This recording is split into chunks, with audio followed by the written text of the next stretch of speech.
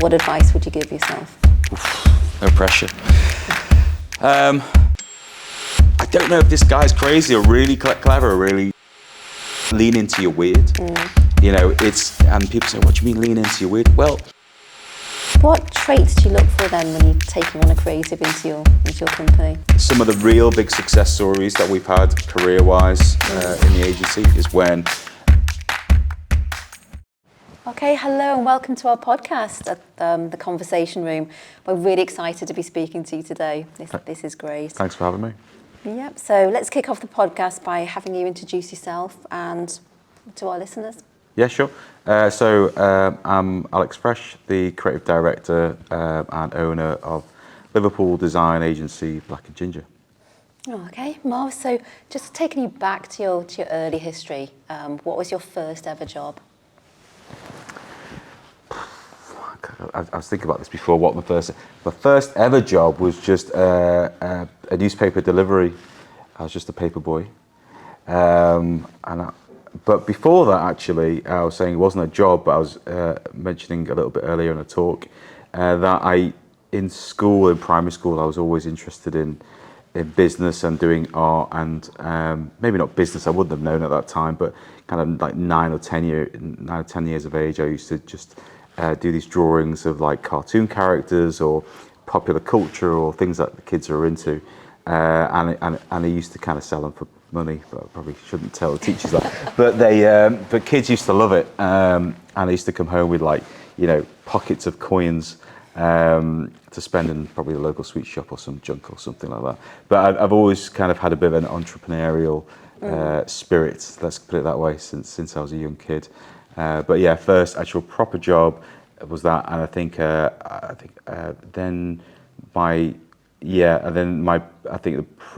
main proper job started working in a shop in Liverpool city centre, probably about 15 or 16. I don't know if you can do that now, but yeah, I was probably about 15 or 16 when I was had a job in town. Oh, okay. What was the job in?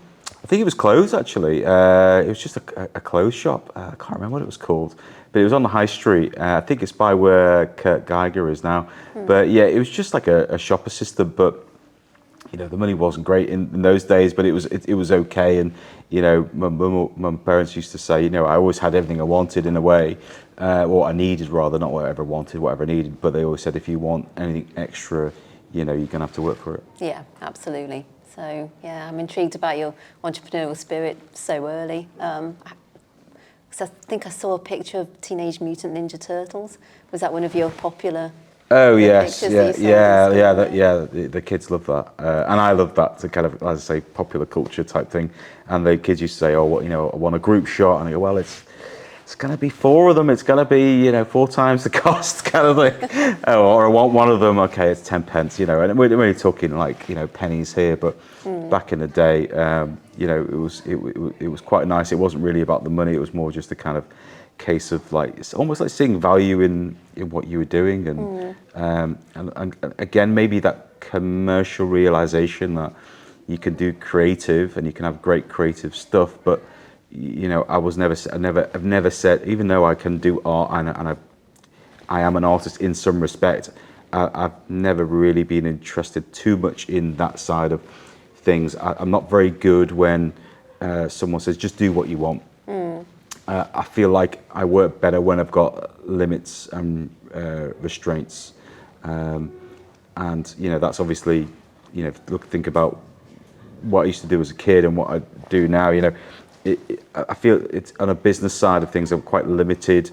I can't always just do whatever I want, but sometimes that gets better results, because it means you have to sharpen your mind and make sure that whatever you're doing is viable, I suppose, or commercially viable. Yeah, and working to a brief. Yes, 100%. Yeah. And knowing what the customer wants.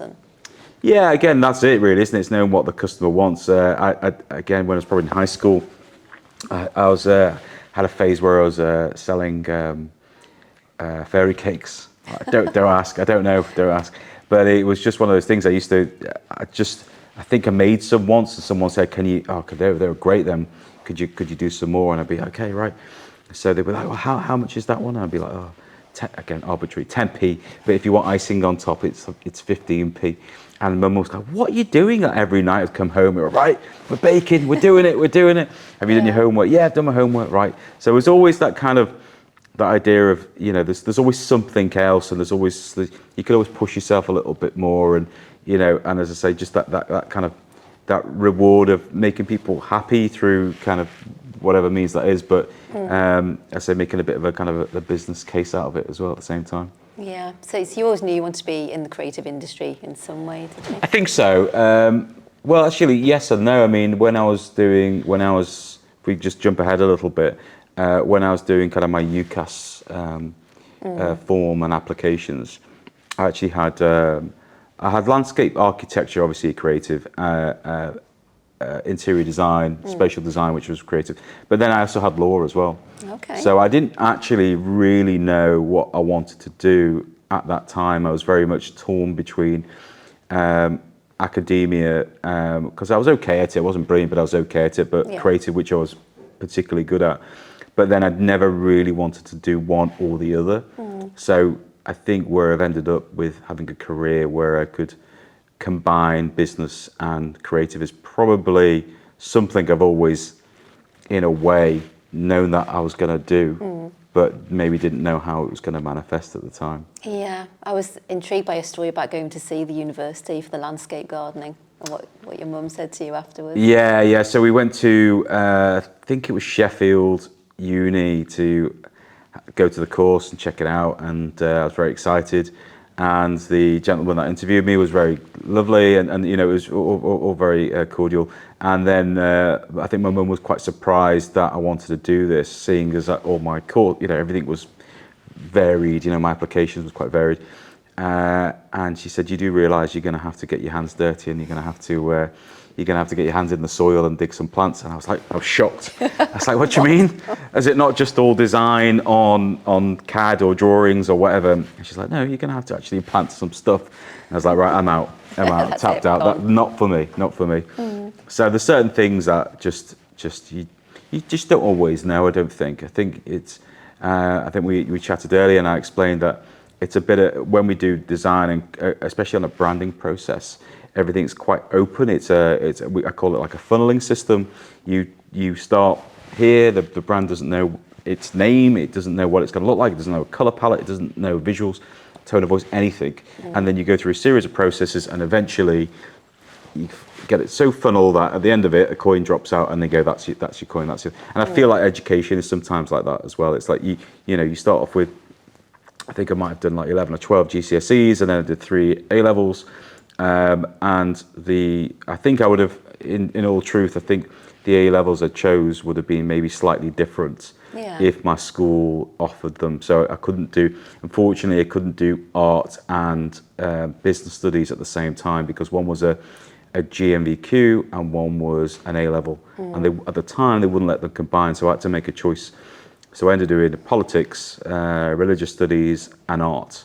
So very, very kind of, again, very, very different. But it wasn't working for me, those choices. And I think that would have been a little bit nicer to have that ability to choose. And I think when I was choosing my degree, I would have loved to have done business studies, but equally I was too interested in the creative at the same time. So I think some things, you know, unfortunately, you can't always do the same things, do what you want. However, nowadays there are more courses that have, especially at degree level, like sandwiches, where you might go into industry for a bit, or combine things. So it's maybe a little bit different then than how it is now. Yeah, it definitely is. You can do a level 3 in art and design, for example, which is equivalent to 3 A levels, which may have appealed to you more at the time to explore fully all the. 100%, yeah, 100%. And I think that the business side of things were just something that maybe I didn't realise that I had a capacity to do, but I think I probably had enough knowledge enough of a foundation to learn, and enough interest to learn. I think sometimes that's equally important. Yeah, absolutely. Just going back to your time at college, or in between making your decision, did anybody ever tell you, like a careers advisor or teacher, that it wasn't a proper job being in creatives? Not really. I wouldn't say not at all. I think the interestingly, the sector that advertising as a sector, obviously has been around for a long time, but it only became popular, extremely fashionable when I was kind of post A-level. So I'd basically finished my A-levels, and at the time, I think we're talking like late 1990s, early noughties. Yeah, it must have been 1990s.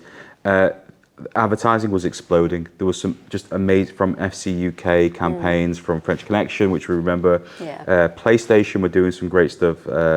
Microsoft, there were some just awesome campaigns, and I remember just sitting. I must have finished my exams as you do, and then you're just sitting around the house. And I think I was just watching TV, and I just kept going, wow, these ads are amazing. What is going on? And I think I remember just saying to my mum, I said, I've just done a bit of research, and there's actually a course I can do that just does what I want to do. And she said, okay, we'll go and have a look. And there was, I think, 3 courses in the country. One was very far, miles away. It was down south. And I thought I was a little bit of a home bird, so I thought Preston, University of Central Lancashire, that's quite far enough. It's an hour away. Yeah.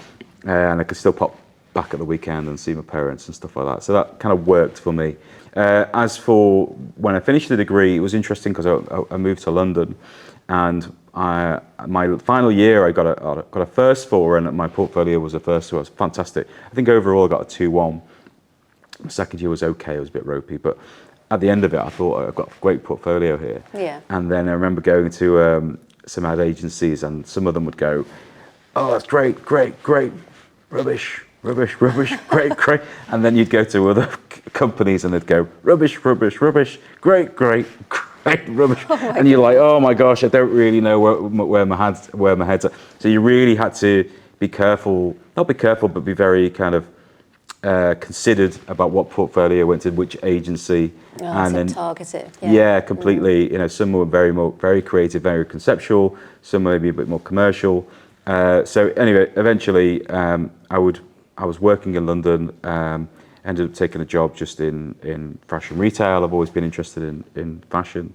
Ended up being a manager on Carnaby Street, which was fantastic, for a small brand called All Saints, which then became a big brand. I think there was only about 5 of them in the country at the time. And the manager of the Carnaby Street, I think I was about 21, 22. The manager that had a bit of a breakdown or something, and they said, right, you've got to manage the store, and we're opening it, you're doing the launch. And I was like completely out of my depth. I was like, this is far too much. So I continued that for about a year, which was a great learning experience. But at the same time, I constantly worked on my portfolio, constantly worked to develop a relationship with my creative partners, and eventually secured a job in the industry that I wanted to. Yeah. So how did you get to where you are now? Talk us through your journey to there. So one of the jobs I had before leaving Liverpool is I used to work at a bar in Liverpool, and we ended up, myself and my friend at the time, we ended up kind of being a bit of a duo. We were living together. He was a good mate of mine. My parents had left the house and he moved in, and we were just kind of young guys in our 20s, just having loads of fun and partying and what have you. I just finished university, so it was all good fun. And the guys in the bar would say to me, or say to us, "Oh, can you do some adverts? Can you create some promotion stuff for us?" So we were like, yeah, no worries. And we were really kind of like left to field. They were like, just do whatever you want, really kind of push the creative boundaries and stuff. Can you do tickets for this? Can you do invites for this? Yeah. And we were like, yeah, okay, cool. We'll give it a go. And my business partner was doing design. I had obviously done the creative. So together we'd started to kind of formulate a little bit of a duo on this. Only one client at the time. And I knew I was going down to London, so I said, well, I saved up for about 4 months, 5 months, just so I had enough money to move down to London. Yeah. And then we kept on the work together for a while, and then probably, as I say, about 18 months into it, I said to Matt, well, I'm moving back to Liverpool. Why don't we think about, you're finishing your degree, why don't we think about doing something a little bit more official, as a company?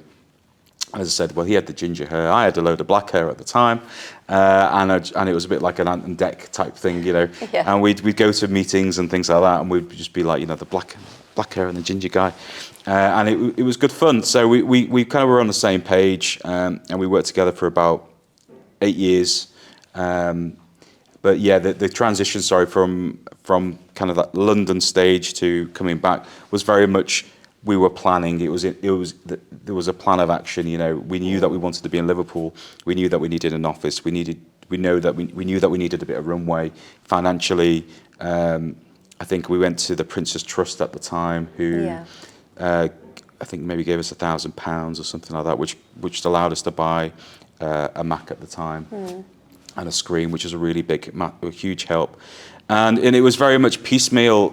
You know, we didn't really have a track record. We'd done a few pieces of work, but it was very much kind of shooting from the hip and kind of playing it by ear, really. And I mean, thinking about it now, it's 20 odd years ago. It was a huge learning curve, you know, without any kind of finances to support you. You know, my mum wasn't living in Liverpool, though my parents had split up. I didn't really have any kind of financial backing. All I had was what I'd saved, and basically whatever we run in the business was basically had to support myself, pay for a flat in Sefton Park around there, and just kind of suit our lifestyle. So straight away it was like, right, we need to make this work. Yeah. So how do you feel you've evolved as an agency since then? How has your identity evolved? I think some bits. I think, you know, to stay true to what the idea of the business is that we wanted to run a creative agency that was, you know, had a bit of fun about it, had a bit of personality about it, that was doing something a little bit different at the time, and I think we've had kind of tried to carry that through now. I think we were dealing with probably more independence for a huge period of time, which was great because you could really flex your creative muscles with dealing with independent businesses. But I think over the kind of last 10 years, we probably do slightly more corporates, you know, working with bigger organizations. Obviously, we work with Hugh, Baird, work with quite a few big healthcare organizations. So I think it's good to mix it up a little bit. So rather than relying on, say, you know, you might need 20 small independent businesses to give you work. Well, if you can work with 5 bigger businesses, it means you're less stretched and you can put a bit more time, a bit more effort, and a bit more care into the work. So the industry's changed massively over the last 25 years, hugely. And I think we've kind of stayed true to the idea of what Black and Ginger is, but then I think everything else maybe has changed, and that is quite difficult because you're always constantly adapting to the environment that you're in. Yeah. Just for anybody maybe not know how the process works, can you talk us through kind of a creative brief to the final product? Yeah, of course. So the process. So I gave an example earlier of a local brand called Grail. Yeah, I was thinking of that one. That's so they're a really nice project, really. So he was a Liverpool guy, came to the studio, and I worked with his brother actually on a project, and he said, and I want you to work on with me on my new project. And we said, what is it? He said, I'm going to open a trainer cleaning, sneaker cleaning business. So I said, okay, great, that sounds good, great. What's it called? He said, we haven't got a name for it. I said, okay, right, fine. Have you got customers? What are your customers? How are you working? He says, I've got no customers. Yeah, because he had a different business, didn't he, to begin? Oh yeah, he had chippies. He said, I'm selling my chippies, selling my chip shops, and I'm gonna go into this. I was like, wow, this is. And I remember speaking. As I said it to you earlier, I spoke to my colleague and I said, I don't know if this guy's crazy or really clever, or really, his head screwed on. I don't want to take his money off him because he said I've got budget to do whatever I need, and we spoke to him, and my colleague said, listen, he's going to go to someone else, so, and you trust him, you've met his brother, you work with him, let's just go for it.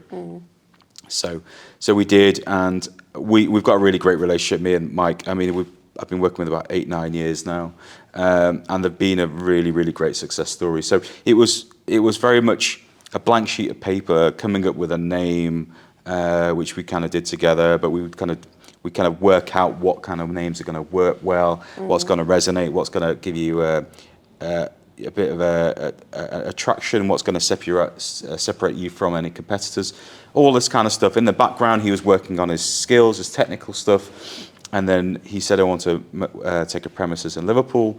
So again, using kind of local knowledge, I kind of advised him where maybe to set up shop, which he did, and we worked with interior designer to do that space, and then we worked on the brand and the website and things like that. So it kind of trickles down again from that funnel idea. It kind of starts off very wide. People often don't really know what they want, and then you can get to a very, very precise point just by asking the right questions, and experience as well. Yeah. You know, it's really important. It's I think that our value as a business, in respect of what you asked earlier, what's changed, experience is huge. It makes a huge difference, and a huge difference to the value of the work that we do, because as I say, 15 years ago, we were probably learning still, you know, we were still developing.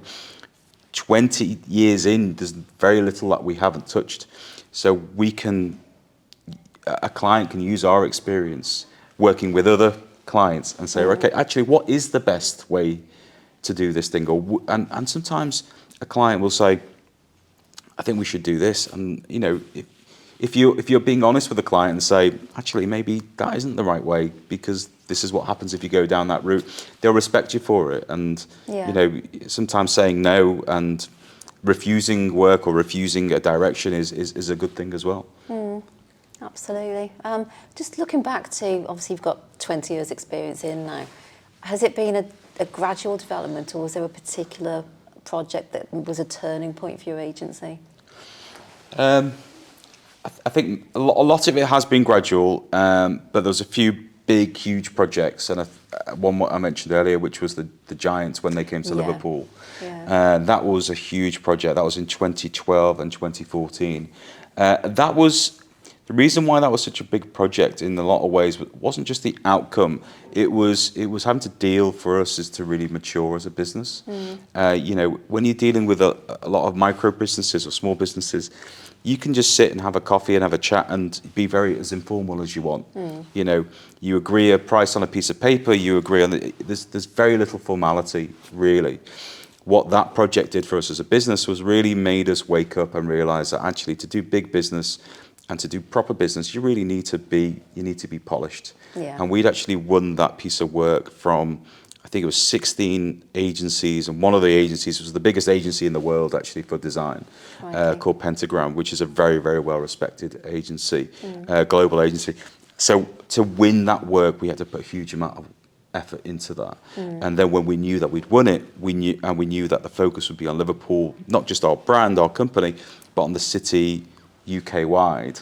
We knew that actually we can't mess this up. This we need to really sharpen our pencils here. We need to really, you know, cross the T's, dot the I's, and be really a little bit slicker in the way that we do things. And I think, I'd say maybe not on a creative way, it didn't change us massively, but on a organisational and maturity way, it probably did make a big difference.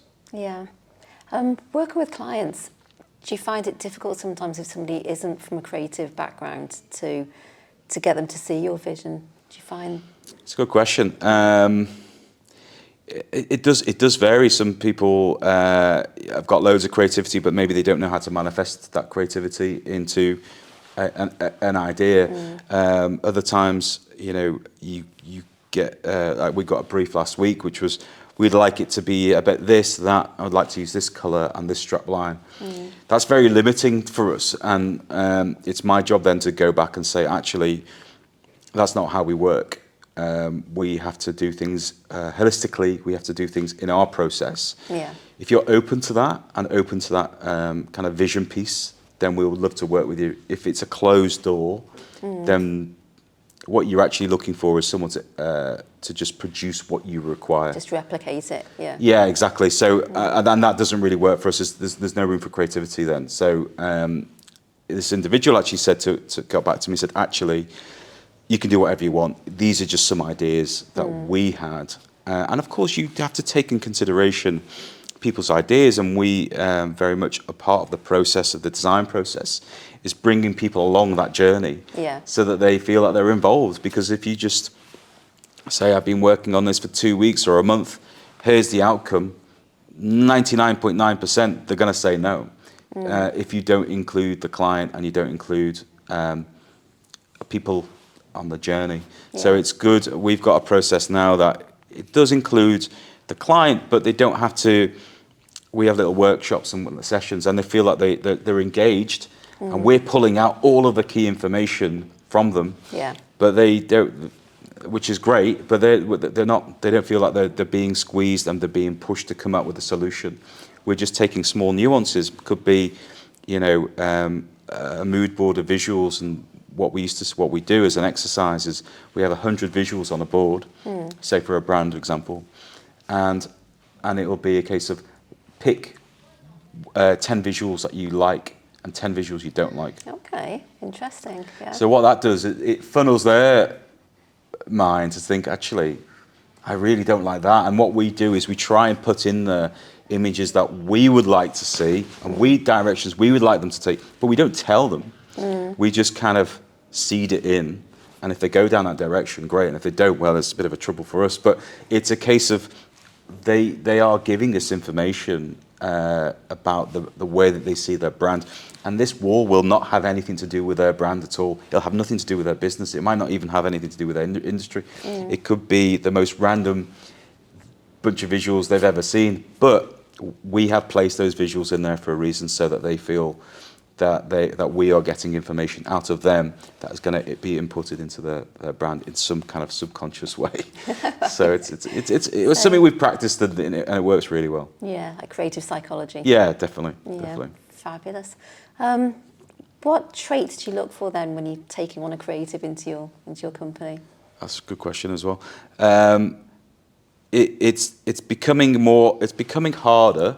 But then certain things haven't really changed. So, for example, some of the real big success stories that we've had career-wise in the agency is when a graduate, usually at degree level, just because of the standard that we need them to be at, but not saying that we've not had people that haven't got degrees. It's absolutely, a good portfolio is a good portfolio. Yeah.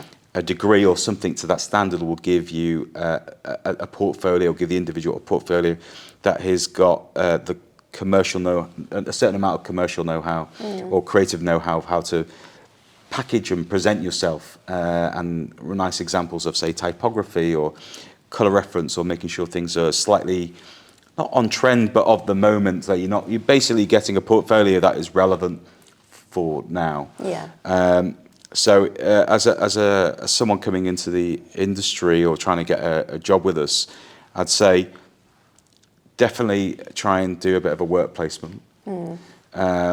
Sometimes we have done paid ones, we've done unpaid ones as well, depending on the individual and the circumstances. Yeah. Reach out. If you don't hear back the first time, reach out again. And if you don't hear back the second time, reach out again. Yes. Sometimes I've got 30 emails in the inbox, and another one comes through and you're like, okay, well, we'll get round to that. Sometimes you just don't get round to it, unfortunately. Yeah. It's not a case of the portfolio wasn't great or good. It's just that there's a million different things that we've got to deal with, or client requests or deadlines or pitch deadlines and things like that. So never take it personally. Yeah. The other thing is there's a pick up a phone or DM in someone's inbox Yes. directly into someone's email, either email or Instagram or just pick up a phone. The amount of people that pick up phones these days is very, very rare. If you get and the advantage of picking up a phone is because it's such a shock for people to get a phone call. Yeah. It's actually really, really beneficial. And you can cut through 100 emails just by picking up the phone. So Yeah, I know it's a little bit immediate. I know it's a bit old school, but it really does work. Interesting. So, just looking back at the industry, that obviously you're very present, you're very current, you're looking at trends all the time. Do you see any particular shifts in the creative industry? It shifts so much. Every few months there's a cycle of something else. I think the trick is, from my experience, is like, you don't need to bend to every single whim of whatever trend is out at that time, kind of especially like technology wise. Yeah. There's certain things, there's like shift in software. You'll find that certain people use certain software and then you'll see that over time people start maybe not using, I don't know, they might not be using Photoshop or InDesign for web layouts, they'll be using Figma or something like that, or they might be using, they won't be using less so After Effects, and maybe using more CapCut stuff. It's fine, sometimes you just have to kind of go with it. When it comes to things like AI, yeah, I mean it's a big challenge for everyone. It's a big challenge for our industry. Yeah. But then again, it's a great asset in some other respects. You know, it's a great tool if it's used well. I think I always say if the idea comes from an individual and your mind, and you can use other technology and other software to unpack that, Yeah. then that's a good thing. You know, there's going to be sacrifices, unfortunately, right across the board, all kinds of industry, from editors and color graders and visuals and photographers and even designers because of AI. I always think if you're very good at what you're doing and there's a narrative and there's a story behind what you're doing, then don't be so worried. Try to just have a bit more confidence in yourself and what you're trying to achieve. Yeah. It was interesting you touched on AI. Do you still see that people will still be involved in the industry because we need humans to come up with the creative ideas? I think ultimately, going back to kind of what I said I used to do in London, and I know I mentioned it earlier, is one of the things that I really enjoy is kind of interacting with people and like having a chat and talking, just talking, and coming and just understanding other people's perspectives and being very open to kind of conversation. I think the benefit of that is you actually learn to read. You read your audience really well. You can understand them really well. And don't get me wrong, AI can understand an algorithm of what that they think is a human, but it's only an algorithm. It isn't the softer, more details of actually people, physical people, how they work, the nuances and things like that. And I think it's really important that is what kind of creative media, or I guess say commercial, because we are commercial, we're not artists. Commercial creative media is really, really great at is if you've got to look at those details. You've got to think how a film director creates a movie. A film director creates a movie to connect with people emotionally. And they might use a variety of technologies and a variety of skills to do that. But there's a story that starts at the beginning. And I think that's really the power of creativity is basically harnessing that thought that someone's had and then letting it explode and having fun with it. Yeah, absolutely. And as you say, people connect with people, people buy from people. So you're... Yeah, and AI, I've heard about this before, but AI basically regurgitates everything that it knows. So it knows that it might read loads of information and tell you that this person will like this certain visual, and you go, right, you are right, that does do that. But what it won't do is it won't create anything new because it's only based on what it's seen before. So the trick is to try and create something new that is innovative and idea-led. And that innovation is where us as humans has to sit. That's basically where there's no other options really. It's like we have to be in that space. Yeah, absolutely. As an agency, what do you think has been one of your biggest challenges? So many challenges. I think the learning curve can be steep, but can be softer. I think if we'd had more experience in agencies rather than running with a business at such a young age, that would have really, really helped us. I think. Not to say I would have done anything different, but I think that was a huge challenge to learn to run a business when you're a creative person. You're a creative person and now you're running a business. Like they are different things. And you understand why MDs and directors and things like that, everyone's got their slot. So I have to wear a couple of different hats. But I think experience is really, really important. Experience is really hard to get. It's really, really hard to get. And the amount of no's you'll get no after no after no. You've got to be really resilient. And if it means you take another job and you're selling stuff in a shop, to selling suits or whatever, who cares? It doesn't matter. You've got to have your eye on the prize and know that you're going to get there eventually. and just be open to the fact that, yeah, it's not going to happen overnight, but you will get there, and just keep working at it. So resilience is really, really important. For us as a business, staff is really important. Is really hard as well. It's important and hard getting the right abilities, working with the right colleges and universities to make sure that they are teaching stuff that we need as an industry. It's massively important. And I know Hugh Baird are doing some amazing things, and just even the fact that you get people like me and industry into the college is hugely important, because we want to tell you what is the industry needs right now. So having that faith and confidence is really important. And there's many challenges. I mean, it could be economic challenges, it could be the market challenges, it could be, the chancellor's challenges. There's many different challenges to running a business right now. But I think if you just keep things nice and simple and you stick to your guns, you should be okay. 20 odd years later, just talking about life lessons. You gave some really good advice earlier, some good careers advice. I wonder if you can just list a few of those. There was one I particularly liked.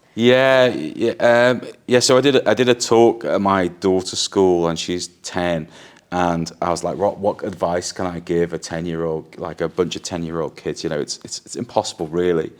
And the only thing I could think of is, have fun, enjoy it, enjoy what you do, and don't worry.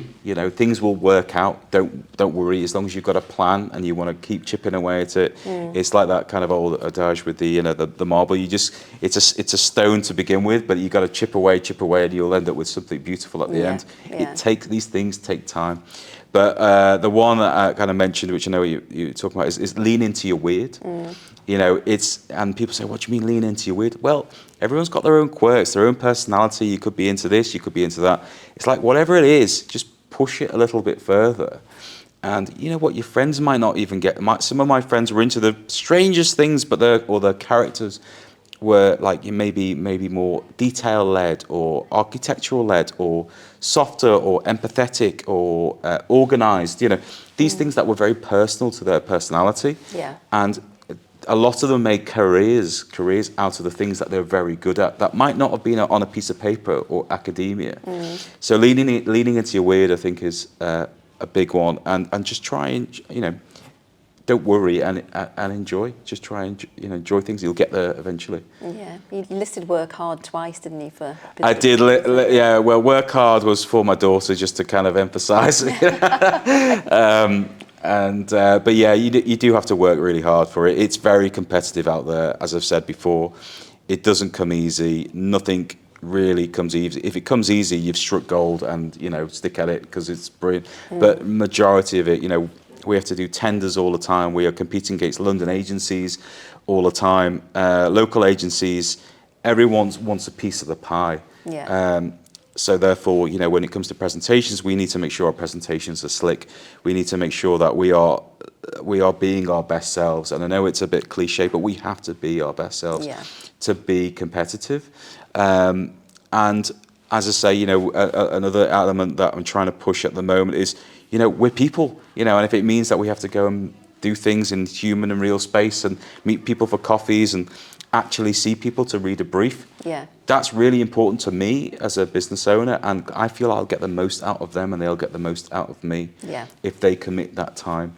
I mean, a couple of times recently I've said, if we can jump on a call, that would be great before we do the brief, because I want to know, I want to understand them.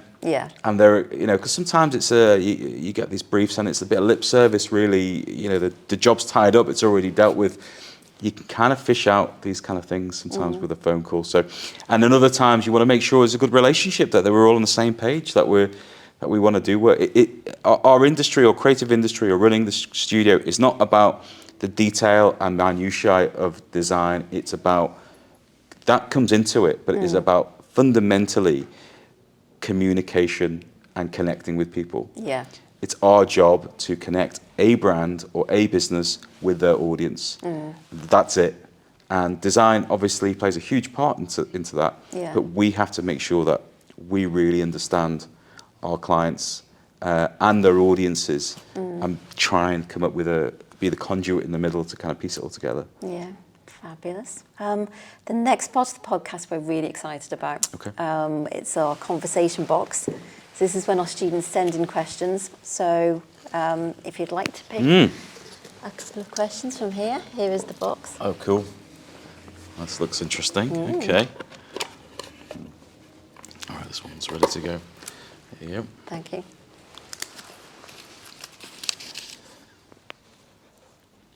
What is the work-life balance like in Black and Ginger by Katie, a media student? Okay,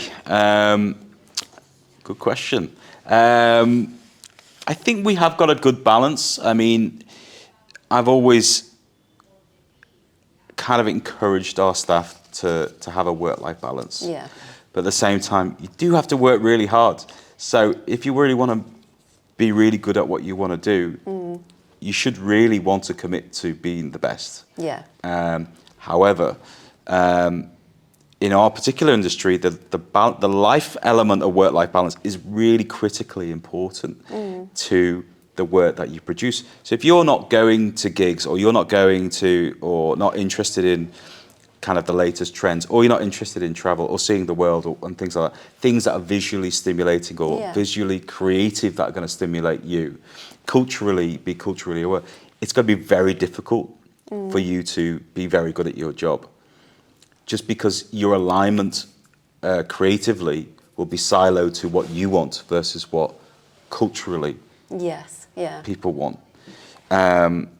So I would say that actually the life balance is actually very critical to being a really good designer. Interesting. So really, we actually Really want both. It's really important that you do your work and obviously commit to that, but it is really important that you have that other element of your life as well. So yeah, I think we've got a good balance. I think it's always hard to get, and I think anyone that has a good career will inevitably say it's hard to get them both. But I feel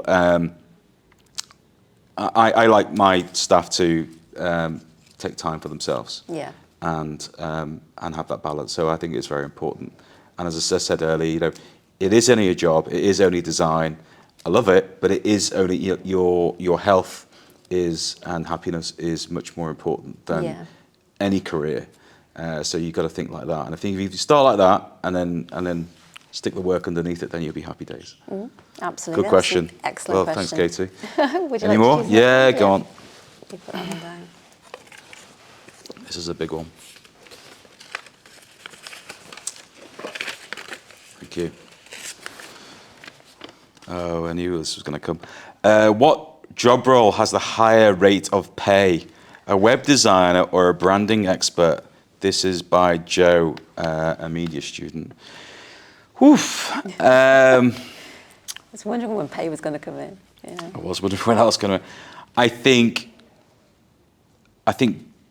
both equally can potentially be extremely highly paid, depending on what you do. So, for example, a designer at a leading branding agency, a global branding agency, will earn a lot of money. Yeah. You know, they'll be on a very, very good salary.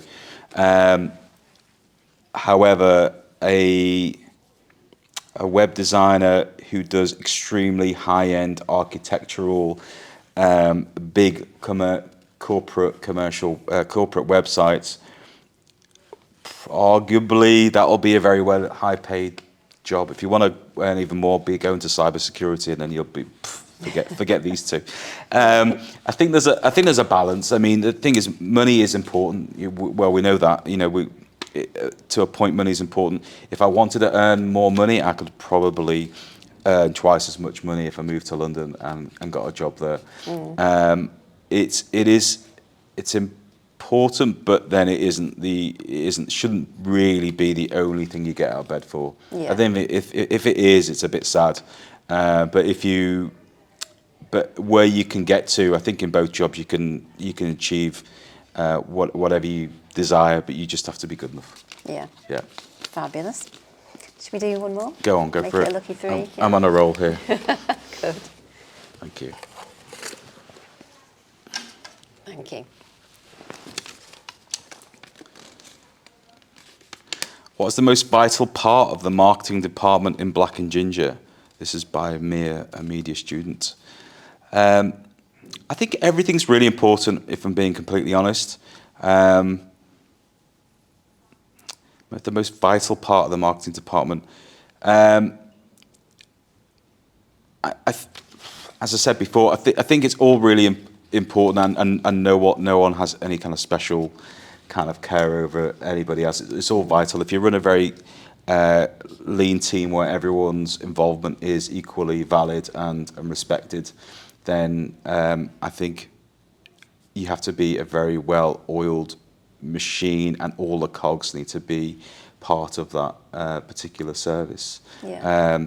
As going back to what I said earlier, was like, what's the most important? The most important thing above all is I believe is kind of the creative, is the idea, is connecting the dots between the client and the customer.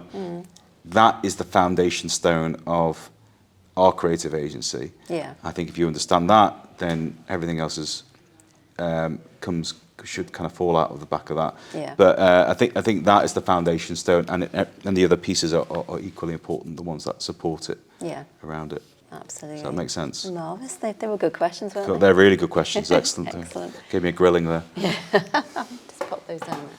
So just coming back to you and your agency, what's the best advice you've ever received, either as a creative yourself or as an agency? Best advice.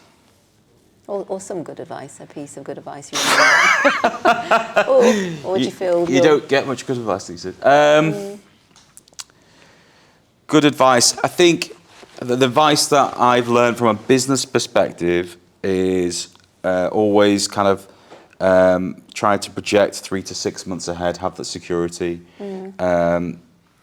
of a business capacity. Yeah. So don't rely on what's coming in tomorrow or the next month. Make sure you have enough equity that you can survive turbulent times. Yeah. Having the business through the recession years, 2010, 2011, was really, really difficult. And it was actually a period that my business partner left the business. I mean, there's resilience and there's like an extra level of resilience. I mean, it was extremely difficult. And I think I learned a huge amount of how to manage the business. That is probably a critical bit of advice, really, is like, if you're going into any business and a creative or media or anything, just respect the fact they are businesses. Yeah. You know, they are businesses. They are commercial businesses. They are selling something. And they have to bring in revenue, and they have to pay your wages. And when you want that pay increase, that has to come from somewhere. Yeah. You know, so I think that's a really important. And I know it's like, oh, he's boring, but it doesn't matter. It's really, really important to kind of understand that there's a commercial element to the industry, and it's not to be ashamed of. I'm proud of it. You know, every business is, and the benefit with it is that we can invest into our staff. We can invest into the future. We can invest into the security, their job security, our job security, the business job security. Yeah. And that's something at the time we didn't really respect, probably, 10, 15 years ago when we were kind of caught in that recession period. Yeah. For me now, I keep a really nimble, dynamic agency. So a lot of partners on my design team are flexible. They can work on other projects. They can work with other clients. Some of them are more part of the agency, but that kind of framework is enabled me to work with more of a senior staff. That means that they know what they're doing. They can get in a project, they can do an amazing job, and then get out of the project, and we can build for the project. And the client is really, really happy. And that's coming back to the way that I've changed the business model. It was very much kind of like hands-on, lots of staff, doing lots of minutiae work. And that's just something that I've done. I've decided there are agencies that are out there that have lots and lots of teams and things like that. It's just not a business model that I have at the moment, and not one that I can see changing in the foreseeable. But yeah, advice, yeah, just plan ahead, and kind of, I would say no one said to me work really hard and push yourself and things like that. I'm saying to you guys that's kind of what you need to do. Yeah. And yeah, plan for a rainy day is always good once you get in there. And also don't be scared to start at the bottom. You know, starting at the bottom's fine. Every single job, every single person, like, you know, the biggest directors and film producers and songwriters, and have started somewhere. So don't be ashamed. It's absolutely brilliant. You'll learn. If you have a boss that gives you great work, great project, and you've got work coming out your ears, you will, year 2, year 1, year 2, you'll have learned so much. Year 3, you're going to be brilliant because you've learned so much. So don't worry about investing. It's about investing into yourself. Yeah. I think I wrote a LinkedIn thing recently. It was about sacrifice and learning, and basically to learn a new thing. How you really need to generally sacrifice something to be very good at that one thing, or to learn a new character. And I feel like there shouldn't be ashamed to sacrifice maybe a bit of social time or something that you really love doing just to get ahead in your career, because it will really, really serve you well in the future. That's really good advice. Really good advice. How important is personality? You mentioned before about people doing work experience, which is great advice. Sending in a portfolio that's targeted towards your company and what you do. With personality-wise, what do you look for in a personality? A personality. You're right. Okay. No, not positivity. Yeah. I don't think it's like, you know, we're not looking for clowns or kind of like, you know, people do cartwheels when they walk in. In fact, sometimes that could be the opposite of what you want. Going back to what I was saying before about that portfolio thing, is you've got to match the character, the personality maybe with the company. If they're quite a reserved agency, then they're going to probably employ people like that. If they're very, very flamboyant, they're probably going to employ people like that. So, you know, the best thing is to try and align your style and your personality to the company that you really want to work for, because, you know, 9 out of 10, you're going to be a really great fit. I would say that what works for us is people that are really committed, but we always say there's a bit of I know people don't drink these days, but there's always like a bit of a beer test thing, you know, over 18s only. You know, if you can go for a pint or you can go for a drink at the end of a hard week, I always think that's a great judge of character, that you can kind of get on with people and they can get on with you. You can chill with them as well as work with them. Yeah, 100%. That's really important. You know, you do want that kind of balance, especially in like a small agency. A big company, you can just hide. It doesn't really matter about personality too much.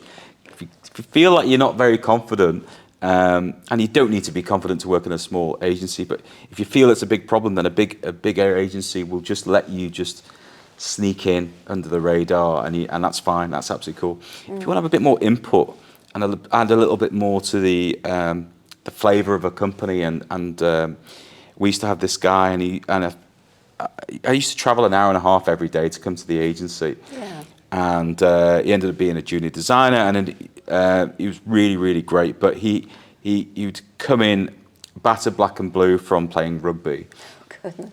So not rugby, American football, and he always had like so many questions. And at the beginning, it was quite full on. We could never get any work done because it was question after question. But then once he understood that the timeliness of asking the question and the validity of that type of question, and then he became a really great asset, because his curiosity was actually started to influence his creativity, and it just became a really nice balance, and you could see how, going back to the kind of the marble analogy, how it started off quite a block, literally, you know, a American football player, and then how he became more and more refined as a personality. I think that was good. So answer the question is, it can come, the personality side of things. Don't worry about it too much, but it's about communications. It's about how you communicate. If you're a very clear communicator, that's really going to help you, no matter what. Yeah, absolutely. Because you need to get the ideas across to your clients 100%, as well, and understand their needs. Yeah, 100%. Yeah, absolutely. I think you've passed on so much really useful information. It's something we always try and get across to students, but if you could say, how important is it for work experience in the industry, especially in your industry? Yeah, I think it's massively important, and it is, and admittedly, it is becoming more of a challenge because agencies like mine are maybe becoming a bit like officeless and things like that. It becomes a little bit more difficult. However, not to say don't do it. If you can get a work experience there's loads of agencies in Manchester. There are still quite a lot of agencies in Liverpool. If it's not exactly the same industry, but you can still get a placement out of it, 100% do it. Yeah. You'll learn something. It doesn't matter what it is. And, gone are the days where people used to say, can you just make a cup of tea? People know that students or graduates want to get something out of it. And also, businesses are now looking for the future of the next hire. So it's really important to understand that you could potentially be their next hire. Yes. If you kind of get on with it, get your head down and enjoy your time there as well.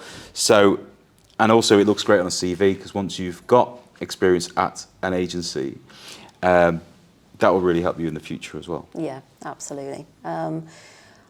What's the future for Black and Ginger? Where do you see yourself in the next few years? Yeah, very good question. I think there's a lot going on in the world right now. I think stability is really massively important.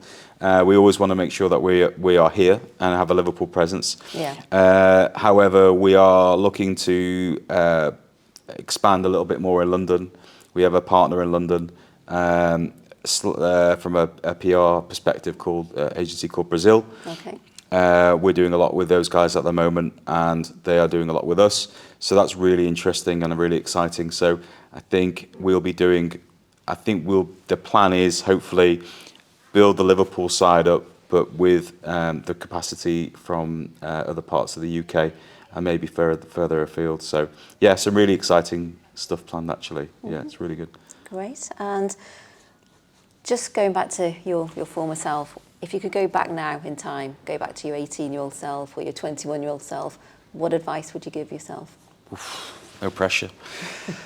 I think have confidence in. Well, I think there's a few things really.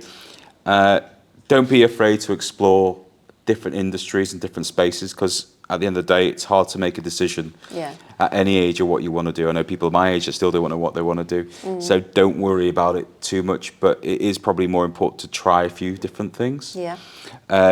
If I do an exercise with on the branding side of things, and it said if someone's had to kind of express credentials or like your qualities about you, what would they be? I think it's a great exercise. Ask your best friend, what would you say about me if I wasn't in the room and someone said, what kind of character am I? If they say you're empathetic or you're a great designer or you're a great whatever, maybe that is true. You know, there's usually a lot of truth into what people say, the good stuff, obviously. And I find that those things could be a really good kind of foundation to maybe where you go as a next step. So it's all right thinking, oh, I am going to be the best lawyer or something, and someone doesn't subscribe you any the credentials and nothing like that. They might be just you've got to be a bit wise really, and be honest with yourself about what kind of character you are. Things take time. If you'll get there eventually, but just be focused on what you want to do. Yeah. Don't worry about it. If it's not in Liverpool, don't worry about it. There's a big world out there. You know, get your degree or get your qualifications, and then if you need to move out. Find the job where it suits you, and if it's in Liverpool, that's even better. If you can start something in Liverpool and do it yourself, even better. A lot of people go out, like I did, spend some time abroad or away, different parts of the country, and bring your knowledge back. Yeah. And that's great for the city as well, because it it increases our knowledge pool, and we need that. Yeah. So don't be afraid sometimes just to, to look beyond the realms of, the L postcodes. Just take one step at a time. It's hard to kind of, even though you might have your own prize, which might be theirs, sometimes it's quite a big jump to get from here to there. And I think just taking smaller steps sometimes is fine. There's a lot of pressure to be a success or whatever, to find your goal and all that business. But I think smaller steps are fine. Yeah. I think it's good just to find your own way. If you know exactly what you want, bang, and you can do it 100%, great. But if you don't worry about it. Just as long as you're moving forward and you're getting closer to what you want to do, I think that's absolutely fine as well. Yeah, journey's worth the steps. Yes, exactly. Yay. Well, that's a really good note to end on, I think. Cool. Thank you so much for doing this. We've learned so much from it. That's been really good. Your input and your advice and the things we've learned just from this have been absolutely invaluable. So a huge thank you. Yeah, no worries. Pleasure. Good luck. Thank you very much. Thank you.